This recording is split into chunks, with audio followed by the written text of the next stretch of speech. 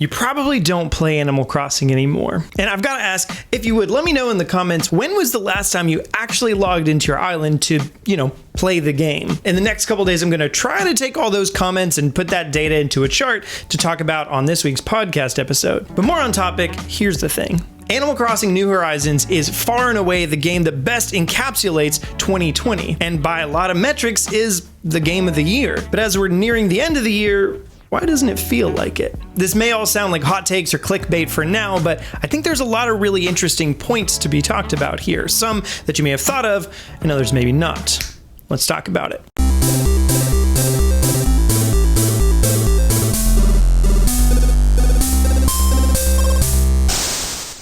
As we go through this video, the island you're going to be seeing is mine after not having logged in for about 5 months. You'll get to see how I decorated, what villagers I have, as well as hear them yell at me and experience all the lovely weeds I could sell to Timmy and Tommy should I ever get super bored. But here's something I want to get out of the way right at the top. This is a fantastic game. Like I said, AJ and I have talked about on our podcast lots of times how this is both culturally and in depth of gameplay the game of the year for 2020. So again, why might it not feel like it? There are a number of ideas that I have that would lessen this feeling for a lot of us, but I do wonder if some of them are contrary to Nintendo's philosophy when designing this game. They've said before that Animal Crossing is meant to be a slow life game or something to that effect. This, I think, is why they haven't made several quality of life changes that we all want, like grouping items in certain ways, having actual map editors, and a whole bunch more. Those features turn this game efficient, but to Nintendo, that may not be synonymous with slow life, and to them may not even mean fun. But I think this kind of thing does tend to slowly whittle away at us, giving us more opportunities to wish this game were a game that it's not. Of course, it could be a simple oversight on Nintendo's part, but my money's on the fact that these are moments that they see not as padding, but as something giving us opportunity to enjoy a slower pace. Demanding or offering efficiency can lead to stress. This makes me think of how I played Stardew Valley, a topic that I'll bring up a bit later in this video. But a really big point as to why I feel I personally don't initially remember the game in the best light is that it's natural for my brain to either go to what I last remember of playing of the game, or alternatively, what I envision it would look like to pick the game back up right now. In terms of what I last remember, this is another change that I would probably pitch to Nintendo, and for the reasons I already mentioned,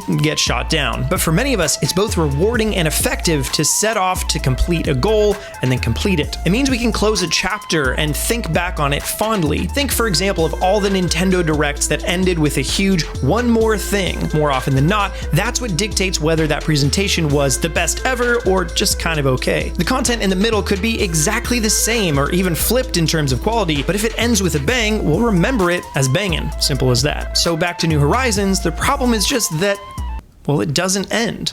Sure, after a while, KK comes to your island and that's when the credits roll, but that's a weird send-off when most of your playtime becomes the post-game. So my initial suggestions would be either to push KK to coming later in the game, or something I'd like even better. You know how every once in a while a villager comes to you and says they want to move away to another island? I think this is a mechanic that needs to be accessible for the player as well. I basically had to create my own ending. I just decided arbitrarily to keep playing until I found all the fossils. And once I did, I finished up a couple areas on the island and then left for good. But it would have felt like a lot more closure to be able to say, hey Tom, I would like to leave. And after a series of like 10, hey, are you sure's? I'd say yes, and then I can leave it all behind. And this could be the end, or much better, this could be a brand new start. I'd like to leave my first island and use all of this knowledge to move to another island, starting a whole new save file, or rather, a new game plus. Let me visit my old island like any of my friends could, but I could check in on my old villagers, see how stuff is going, but I've started a new life just like countless old villagers have themselves. The beauty of these games isn't perfection of an island, it's growth. Sure, there's always more that can be done, but over time it becomes diminishing returns to get one specific villager, or tidy up one part of your island, or get slightly different furniture. So starting over can be part of that key. But of course, since each Switch can only have one island on it, this would mean either erasing your island you've worked so hard for, or buying a whole new Switch. So yeah, this kind of closure and finality would be my ideal, but of course that's not where we are. And I think there are other factors to be considered too.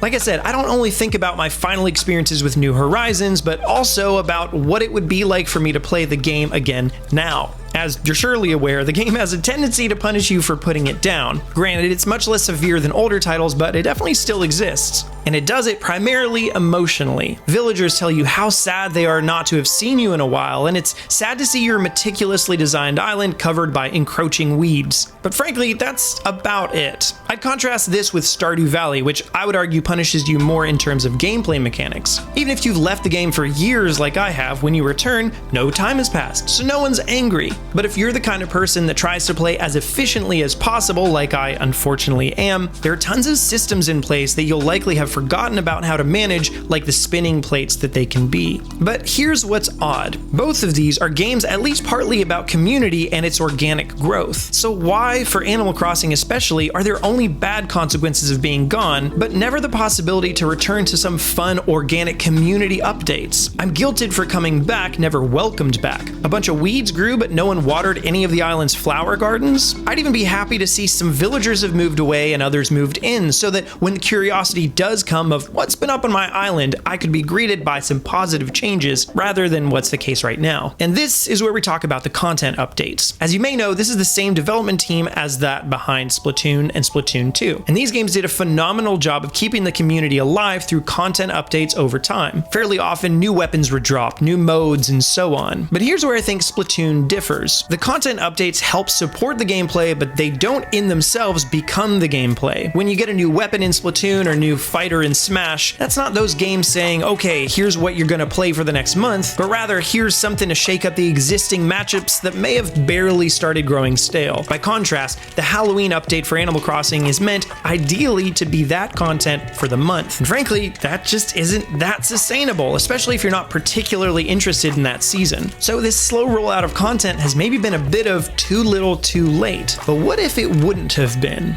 Again, this game is largely about growth and about community. How many people bought the game just because they saw everyone posting about it on social media? And why were so many people posting about it on social media at the time? It largely comes down to timing. Animal Crossing came out at the exact same time that almost all of the world completely shut down, in late March of 2020. This was a time that we were all confused what was happening, told to stay indoors, and largely just bored. And maybe it's conspiracy theory, but more likely it's just fact. Quarantine was both the boon of New Horizons as well as its detriment. It's like the difference between having a season of a show release on a weekend or during the week. During the week, there are other reasons you're gonna have to turn it off and go to bed, but over the weekend, you can just binge it all at once, for better or for worse. Yeah, you finish the show, but now you're out of things to watch and have to wait that much longer for season 2. Tons of people bought Animal Crossing because they were bored and everyone was talking about it. But for someone like my wife, who all of a sudden wasn't working, this game practically became her full-time job for basically 2 months, and she certainly wasn't alone. This meant that her 250 hours of playtime, instead of being stretched out and then supplemented with content updates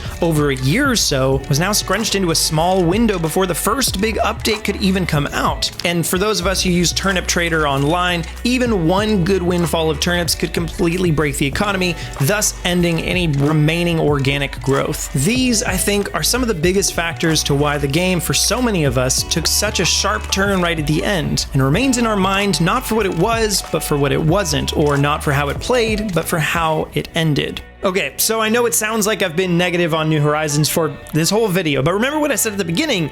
This is a fantastic game. I think its main hitches were the bittersweet timing of quarantine and just not allowing you to finish on a high note. But in that case, we should end this video on a high note. Remember when I said that Animal Crossing New Horizons was far and away the game of the year for 2020?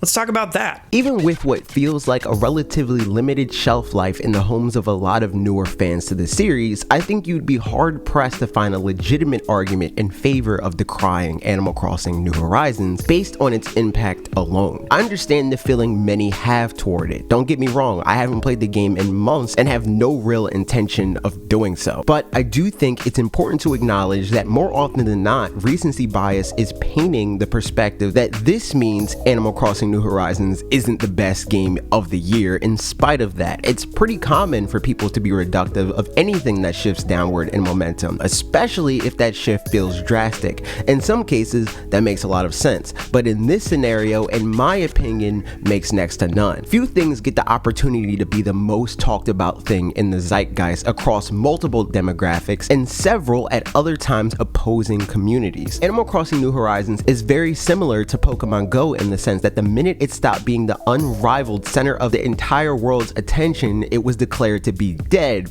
But in 2020 alone, Pokemon Go grossed over $1 billion, or what many view as the pinnacle of Nintendo Switch games, Breath of the Wild. I personally had a very similar experience with that game that I had with Animal Crossing New Horizons. I dumped over 250 hours in, and at the end of those hours, I felt like Breath of the Wild lost its luster. That should be expected for most games, and for me, it was. So I walked away from Breath of the Wild with a positive opinion, like most others. Many wholly attribute New Horizons' record-selling 26 million and counting sales to the pandemic alone. While the circumstance of the world contributed to its success, to be sure, Animal Crossing was a massive franchise even before the pandemic that had and will continue to have millions of people playing it in the way it always has been played for nearly 2 decades now. Also, literally every success can be picked apart like that. A game won't succeed if it's not positioned to do so. Doom Eternal, for instance, literally came out the same day as Animal Crossing New Horizons to a much bigger install base across multiple platforms. It's not sitting at 26 million, I can tell you that much. I will say that, again, I get the feeling that many newcomers have because a lot of the people that feel down on New Horizons didn't come in with the same expectations that a series veteran would. Many of them approach New Horizons like they would most other games, a set end goal that they accomplish with an analytical, objectives-driven approach. Meanwhile, many Animal Crossing veterans play the game like golfers play golf, or I play Smash Brothers. It's comfort food. It's normal for not everyone to share in the same comfort food, but that's not a testament to the quality of that food. All it really says is how much it appeals to you personally. Although, I'll add, if you spend hundreds of hours with Animal Crossing New Horizons at any point, I'm not buying what you're selling when it comes to New Horizons being bad, lackluster, or even disappointing. 250 hours is 250 hours. That's a phenomenal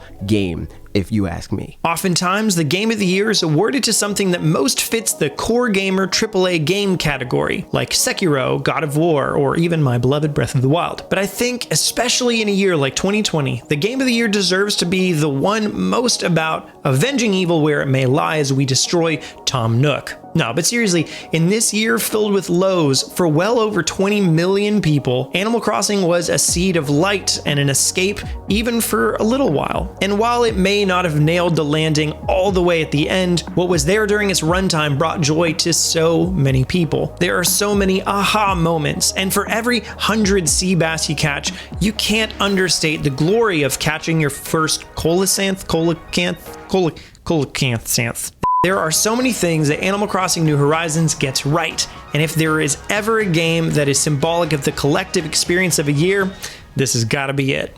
But that's what I think. What do you think? Have you dropped off Animal Crossing? What's been your roadmap over time? And is there anything that would entice you to get back into the game? I'd really be interested to know about that. We'll talk about some of those comments on our podcast this week. So while you're down there leaving that comment, go ahead and like the video and subscribe to fanatixfour for more content like this every Tuesday and Thursday. And also check out our podcast. Like I've mentioned it a couple of times here. So if you would, that's over on youtube.com/directly to you. And we will, talk about things. It'll be great. All right, that's it for me. See you next time.